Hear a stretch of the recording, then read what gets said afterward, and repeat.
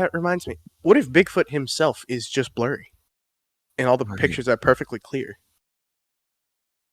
Anyway, hello and welcome to DNA of the Soul, a podcast meant to explore the cultural impacts video games have both in and out of their subculture. I'm your host, James, and today we're covering Amnesia, The Dark Descent. I'm joined today by my co-hosts, Joe, Dementia, and Kai. Who are you? So, some disclaimers before we begin. We will be spoiling the plot for Amnesia, The Dark Descent. So, if you are interested and would like to go play it, I'm sure there's multiple ways to play it now. It's on so many platforms and sites, so I would recommend it personally. And some acknowledgements. Welcome back. This is likely our final episode of our spooky month. This game was also too scary for Matt, so he unfortunately ran away again, so we're going to have to go find him. he pissed his pants and ran. Exactly. Scary game. It is a scary game. So, some background. It released in North America on September 8th, 2010. It first released on PC platforms, so Windows, Mac, and Linux. Later released on the 8th generation consoles, so PS4, Xbox One, and Nintendo Switch. And eventually even got an Android port, which I thought was interesting. So, the game was developed by Frictional Games, who are also responsible for Soma and the Penumbral series, two other excellent first-person horror games. And the game itself was heavily inspired by Half-Life 2 and another game called Thief, at least for how you're interacting with the open world. It was pretty popular at the time, so I've heard. So, the game focuses mostly on the atmosphere over pure jump scares. It can jump scare you, but it's not deliberately trying to most of the time. This is a horror game, and it is one of the most famous horror games of all time. It kicked off the Let's Play craze on YouTube in 2010, launching the careers of people like Markiplier, and is widely regarded as a very solid horror game and horror game experience. That said, the presentation that it gives to our players is very good. The audio direction is excellent, the 3D models all feel stylized and consistent across the entire gameplay experience. The very first scare that you get in this game is collapsing to the floor. Your character has no idea what's going on, he's kind of stumbling around, and then out of nowhere he just drops. It blurs the screen, it focuses and unfocuses the camera, it takes advantage of everything it possibly can to augment that atmosphere. It's very surreal. And this was actually a game that made fear in the game into a mechanic, where you had a kind of secondary health bar being your sanity in game. So if you stood around in the dark for too long or looked at monsters for too long, you would go crazy and die.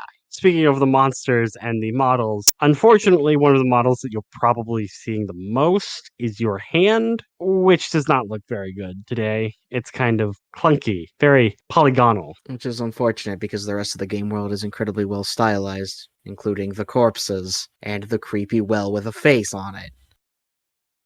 When you begin in this game, you are told by yourself in a letter to yourself that you need to go kill an old man. That is what Daniel himself, the main character, wants to do more than anything else. The letter he gives to himself tells him explicitly, he's old and weak, you're young and strong, go find him, go kill him. Yes, he wrote this letter before he had memory loss. This game does have a beautiful orchestral track behind it, and it makes great use of sound effects. We covered Silent Hill 2 recently, where that game felt like it was throwing spaghetti at a wall, trying to find good effects. Amnesia, The Dark Descent is extraordinarily solid for the entire length of the game. It feels like every single instance of its sound direction was purposefully designed to augment its atmosphere as much as possible. A lot of love and care was put into it. So you play as Daniel, a man who works for the British Museum before the advent of the light bulb. This makes him human scum. Fortunately, after he pilfers an important artifact from the Mithras religion sect, which was a faith from ancient Rome, called an orb, he gets hunted down by a demon called the Shadow. A man, who is not a man, named Alexander, convinces Daniel to come to Prussia. He's a spirit from another dimension who's been trapped in our world. For him to get back, he needs vitae. Vitae is extracted from human suffering. The amnesia potion is an alchemical concoction Alexander created in order to keep his victims from ever getting used to the suffering. If they do, the vitae he can extract decreases. Alexander also needs the vitae to stay alive and tries other ways of making it, but isn't bothered by what he's doing enough to stop completely. So he attempts alternatives such as synthetic vitae or harvesting it from animals, but neither are as effective as torturing people. So Daniel, terrified of the shadow, eventually agrees to help Alexander extract Vitae, as long as Alexander protects him from the shadow. He eventually begins to enjoy it, and Alexander decides Daniel doesn't need to be a dimensional crosser after he kills a young girl instead of capturing her. The dark descent of Daniel being the game's title. So this wakes Daniel up. He vows revenge and downs an amnesia potion himself so the guilt doesn't weigh him down in his hunt for Alexander. He finds one of Alexander's old immortal collaborators, Agrippa. If Daniel follows his instructions, it can change your ending, which the game has 4. First one, you're simply consumed by the shadow and allow Alexander to teleport back to his world. The second one, you get revenge on Alexander and cross over to the other dimension with Agrippa. Whether or not Daniel is allowed to live on the other side is left a mystery. This game's mechanics are maybe not super varied, but they are implemented in a variety of different ways. For example, the exploration of the game world, you're opening up cabinets, you're throwing aside barrels, you're rooting through sets of objects. This game's primary method of allowing you to explore is to grip, lift, and throw objects. And you're navigating the entire length of the game by doing those things. The way you interrupt Alexander at the end is by grabbing a post and smashing it into the ground, ruining the ritual he's trying to perform. This game makes you feel why those mechanics are so important. For example, there's a part where you're trying to cross a bridge that's being held up by a piece of rope, and you have to walk back, find a rock, and huck that rock at the rope to knock the bridge loose. It's the kind of puzzle you just wouldn't be able to do in a game without that kind of a physics engine behind it. Furthermore, the game does a good job of introducing all of the mechanics you have access to you, and trying to make sure you don't get stuck on anything or ask yourself, wait, why did I die? Because instead of lengthy tutorials, it gives you small blurbs of text and occasionally gives you little cutscenes explaining, okay, this is part of the mansion that Daniel was in before he got amnesia, and this is how you're able to interact with, say, running away from the monsters. Like, if you're told if you look at them, you'll go crazy, so don't do that in the flashback. And then it gives you the little one-sentence blurb at the top of the screen that summarizes what you just witnessed in the cutscene. It's a very cool balance between the two. The world is very interactable. It pulls you in. You're introduced to the closets that are maybe the most famous part of Amnesia very early on, where you're opening and closing them looking for tinder boxes so that you can keep the lights on. Another mechanic is your sanity, like Joe mentioned earlier. Daniel has nyctophobia. He's afraid of the dark. If he sees the dark too long, he'll go crazy. We don't want that. So you use things like tinder boxes and a lantern that's filled with oil to prevent sanity loss. You can also lose sanity by seeing spooky things, and Daniel is afraid of nearly everything. The game has a hard mode where, according to one Mandalore Gaming, you're trying your absolute hardest not to see a single bump in the night or else you'll die. This covers the mechanics of Amnesia: The Dark Descent. To be clear, there is no weapon that you're able to use in this game. You are not able to fight back whatsoever. You just have to evade, run, and use your wits to stay alive against these interdimensional horrors coming to hunt you down. This game grants a unique sense of helplessness. Now, one thing I want to ask about that's very kind of left up to interpretation by the game was the morality of the two major characters in the story, Alexander and Daniel. So, were either of them really right in what they were doing? Was one of them expressly wrong and the other was expressly right? Were both of them wrong? Because Daniel, sort of through the story and a lot of the hints you get through the game, just kind of talks about how he was enjoying and relishing the fact that he was torturing and murdering people that were told to be criminals, but he finds out were actually innocent, and that doesn't really stop him from doing what he does, so far as kidnapping children in the dead of night from their families for the sake of this torture. Alexander, on the other hand, at least had some bit of motivation where he was this otherworldly being and humans were kind of like insects to him and he didn't really care, but at the same time there were bits of dialogue where he said he did feel bad, but he still wanted to go through with what he was doing because he needed to get back to his dimension because he had a loved one waiting for him. I think I'd say that of the two, Daniel's maybe more in the right. I don't think either of them are in the right per se. I think Daniel does go a little bit insane over the course of the story. He's basically told repeatedly, if you stop doing what you're currently doing, you're gonna die. He's backed into a corner. So yeah, his endorphins are spiking because every time he helps Alexander do this sick act, he's keeping himself alive. His brain is rewarding him for continuing his own survival, and he's trying to justify that to himself. And there is a point where Daniel, granted, it's after Alexander locks him out of their project, where Daniel recognizes, wait a minute,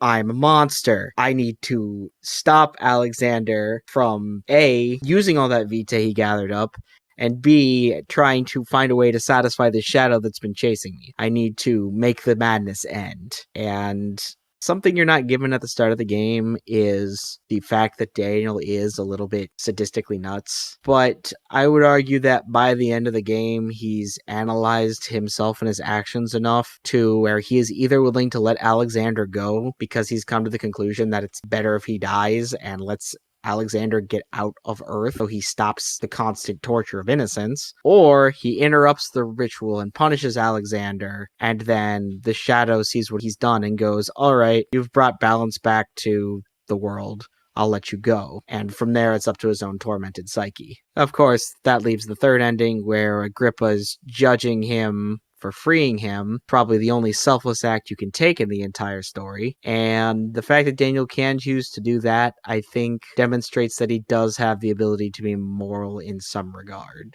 Alexander never wanted to let Agrippa go. He was told he should do it. He just outright refused. He never had that moment Daniel did where he said, what I'm doing is wrong. If I hadn't started doing these horrific things to begin with, I would not have this soul-crushing guilt. I would still be an innocent. Daniel is very obviously bothered by what he's done and feels remorseful, even more so than just, I'm gonna die. It has become, I'm gonna die, and I deserve it. So you're saying him developing a conscience is what makes his actions possibly redeemable?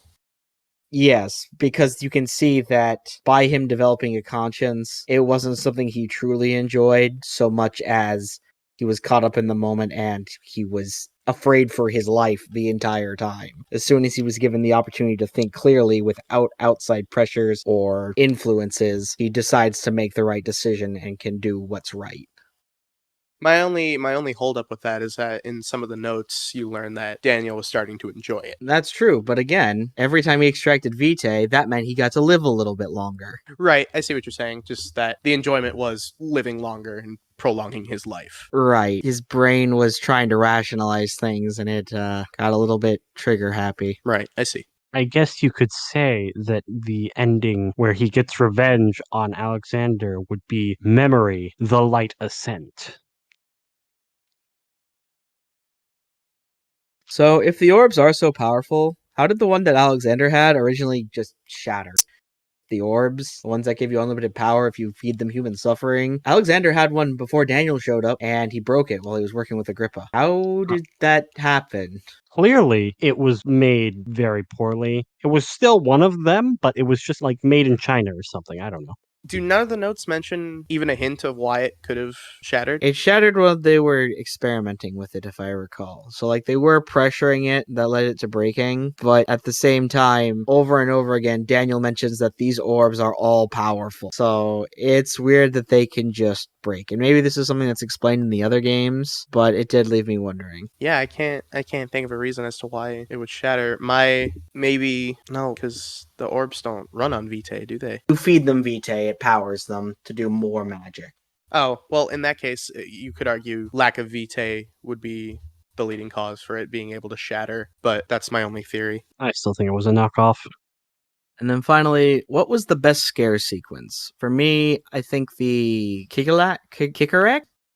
The weird water demon? That thing was unpleasant, I agree. It's the most unique horror encounter in Amnesia: The Dark Descent. The way that you can't see it, you can only see it splashing around, and how that's playing into your sanity, because you technically don't see anything spooky except for the water moving. So if you look above the water, nothing's going to happen to you, because you don't see the spooky. Is it a cop-out to say just the atmosphere as a whole? Yes. Well, in that case, for me, it's just gotta be big monster with jaw down to ankles, because I first saw this game when I was very little. little, and so that thing haunted my nightmares for like a good 4 months after I first saw it. So I may be a little biased, but yeah, that thing always creeps me out. I would have to go with the barrels. All right, and with that, we'll move on to the scores. So, Amnesia the Dark Descent has earned a 3 in the Before category. Frictional made the Penumbral games. Half-Life 2 had released, earlier that decade. Thief was just stopping being hot with the 360 game that came out that people try to forget. And there was real attention on first-person interactable environment games. This game absolutely had the hype coming into it to get as huge as it did. For the During category, this game has earned a 5.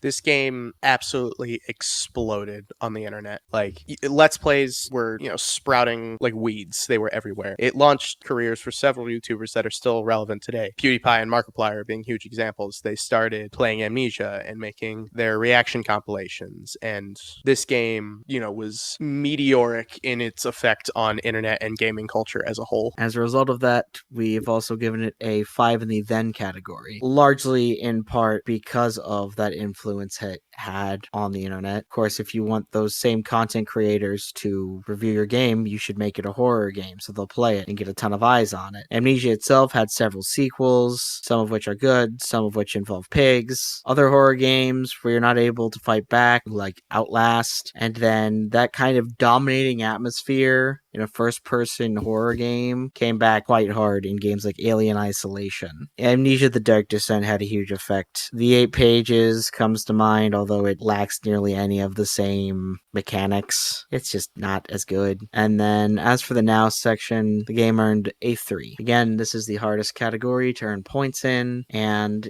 it just comes down to the fact that the genre is not as popular as it once was, but Amnesia the Bunker was released last year. Games like In Sound Mind have been developed since, and the influences of Amnesia the Dark Descent are still very strong, even if the powerless horror genre is not nearly as huge among streamers and YouTubers as it once was. It's more a comparison of how huge it was then versus now. And when we say horror, we mean like true horror, not like the more mascot horror of more recent games like the FNAF series and stuff like that. Really, by horror games like The Dark Descent, we mean ones where you can move around, where you can walk through your environment. Like, there's Bendy and the Ink Machine. I would say that's a Amnesia descendant, even if I have my own opinions on how that game's developed and plays. But it is much more in the vein of Amnesia than something like FNAF. Right, I would agree with that. I'm just saying, in the horror genre, there are less games like that being made. And that brings us to our bonus stars. So the first star we're giving it is studio support, because it got a sequel 3 years later